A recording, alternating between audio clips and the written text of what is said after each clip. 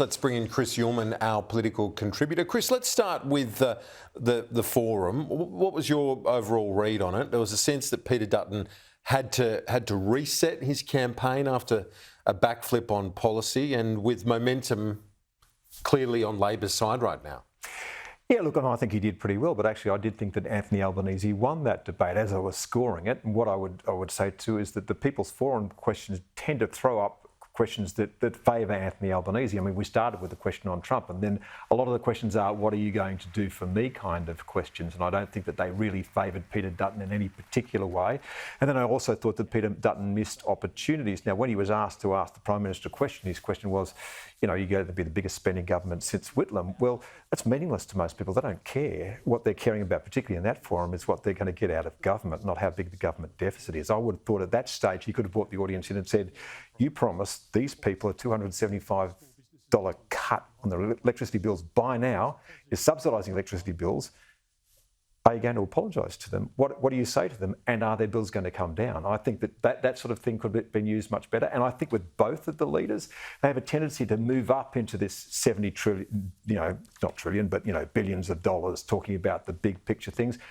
The moving parts are the really important bits, the bits that touch people. I thought that Dutton's best moment was when he said to that woman, so do you need more than just your Medicare card? And she said, yes, I also need my credit card. I thought that was her best moment. And I think that Anthony Albanese had a few moments like that as well. So overall, I think that Albanese and what the audience saw was the same thing that I saw it. And there was a view that Peter Dutton needed the knockout, in metaphorical terms, but obviously he had a tough time going in, and that wasn't made public, or certainly not during our forum, about his father having a heart attack just before he went into the debate, Mr. Dutton. So he did incredibly well in that context. Yeah, look, and first and foremost, we hope his father's okay, right? But again, that cannot not play on your mind. That has got to be at the forefront of your mind as you're going in, and that might well explain some of those moments where I thought that he had a real opportunity. I mean, whoever is drilling him on these things and for himself, he needs to break this stuff down into things that people can understand. Really concrete images are what matters, and talk to people in dollars and cents, not billions of dollars. I do, just at a helicopter view, and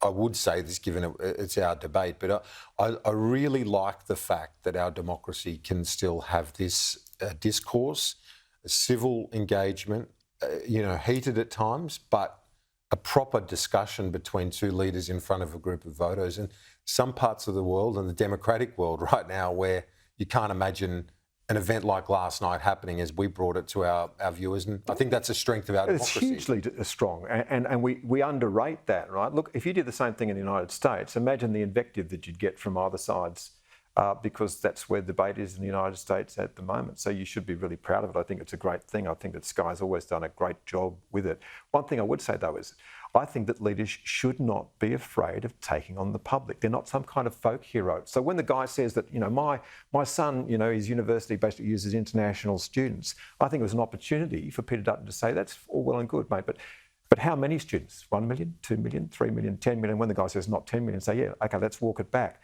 Somebody has to make a choice about these things. And when the woman said to him, can we make sure that there's a respectful debate about immigration? I would say, of course we do, but these two things are respectful. One, we're allowed to talk about numbers, and two, we're allowed to talk about social cohesion. And I think you'd get head nods from the crowd.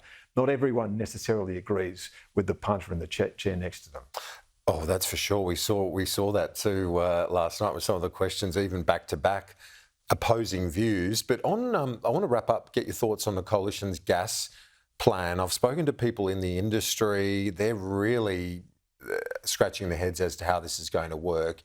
In terms of things like, you've got to get the gas from Queensland south to make that whole thing work. How do you do it? The pipelines are full.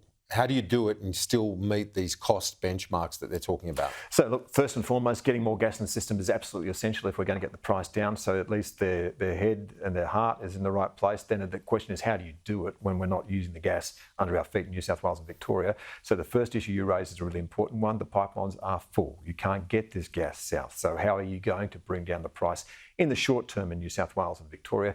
The second thing that they're talking about is uncontracted gas. Now, sensibly, they're saying, if you've got a long-run contract, you're Japan, you're Korea, you're wherever, that stays. We're talking about that gas which is not contracted and sold on the spot market.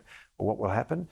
Well, if the incentive to sell the gas goes, so will the gas. You'll find that that uncontracted gas dries up when people aren't getting the price for it that they think it's worth. Because when we use the term, it's very complex, but just to explain it, when you use the term uncontracted, it means that those companies like Shell and Origin then go to the international market and sell that gas at the highest possible price. And it's part of their commercial framework that they set up these assets a decade ago. And it was under that, that planning, including selling some of that stuff internationally, that they were able to make their business case stack up. So then a decade on, you're telling them, no, you can't sell that internationally, sorry.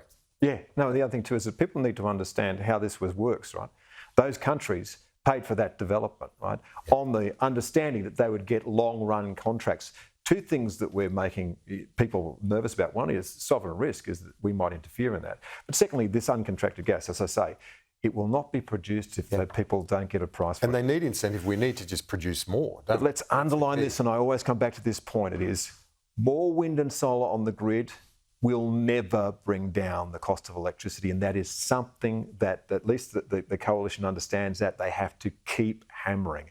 It is the cost of fuel that will drive the cost of electricity, and that fuel will either be coal or gas. And at the moment, the gas price is way too high. Let's just go back to one other thing from the debate. The work from home exchange, I did put this to Peter Dutton and Anthony Albanese. The fact that Chris Minns is actually supporting getting back into the office for public servants. Have a look at this. Why did you dump it? Whatever the flexible arrangements are, that's fantastic. That's a decision between you and your employer. Peter hasn't been able to stand up for his own policy, so I don't know how he can stand up for Australia. Working from home is a really important component in modern families. Yeah, it's an interesting development that we've had in our economy, in our society since COVID. A lot more people working from home, say 1 or 2 days a week, providing some flexibility.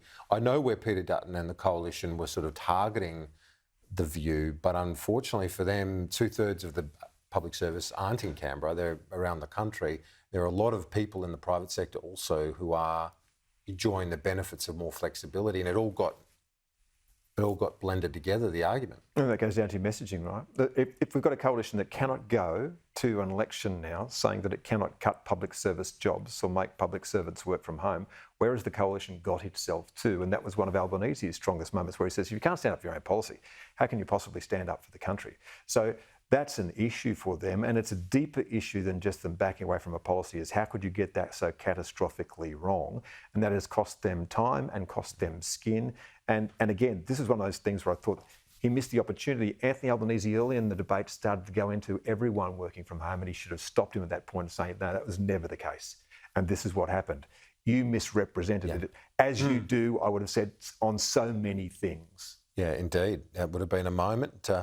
I wonder, did Jane Hume, did they take it to focus groups? Did they test this idea? Because you would test it in your own office and you'd pick up pretty quick that that had hairs on it, that policy. But Chris, thank you. Thank you, Appreciate it. We'll talk to you soon. The campaign defining debates continue tonight on Sky News. The Treasurers face off in their first campaign clash. Ross Greenwood to moderate that debate tonight. Then we have the energy debate on Thursday.